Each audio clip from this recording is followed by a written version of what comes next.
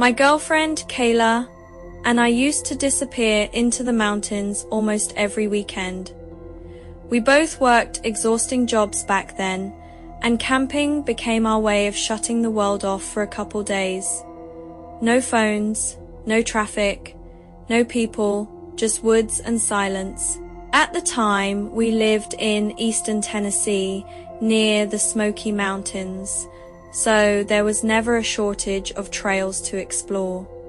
Some weekends we'd revisit old favorites, but most of the time we searched for lesser-known campgrounds online and picked one at random. That's how we ended up at Cedar Ridge Trail.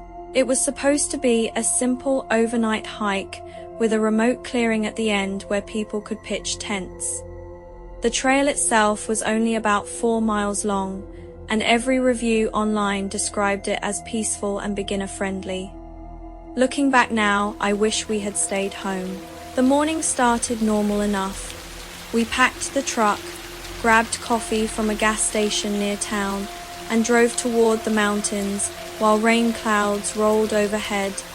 By the time we reached the trailhead, it was pouring. Only one other vehicle sat parked near the entrance, a newer black SUV covered in mud along the sides. What immediately caught Kayla's attention was the back hatch. It wasn't fully open, just slightly cracked. Rainwater dripped steadily into the cargo area.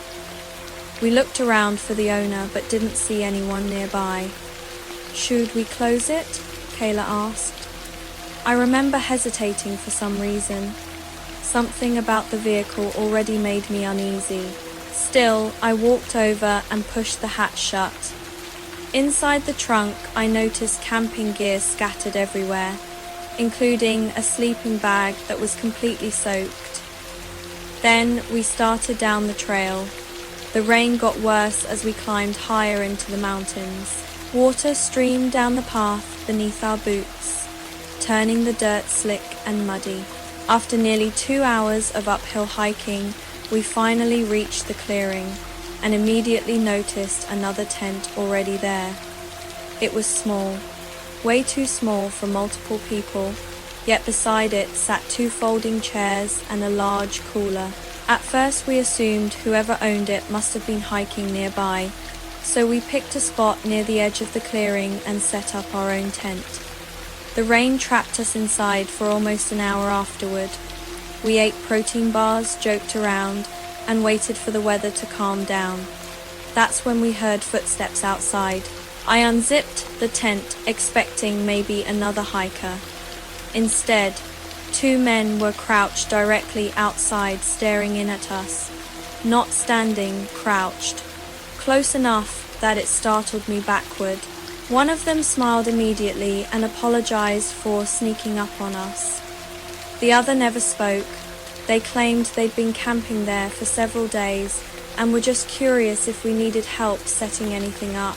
I introduced myself quickly and told them we were only staying one night. The entire conversation felt wrong.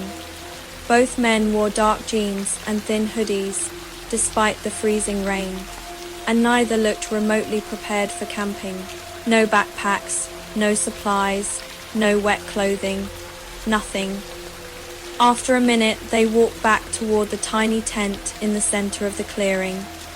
Kayla looked at me the second they were gone. "You got a bad feeling too, right?" she whispered. I nodded instantly. We kept the front flap of our tent cracked open after that, so we could watch the clearing. For a long time, nothing happened.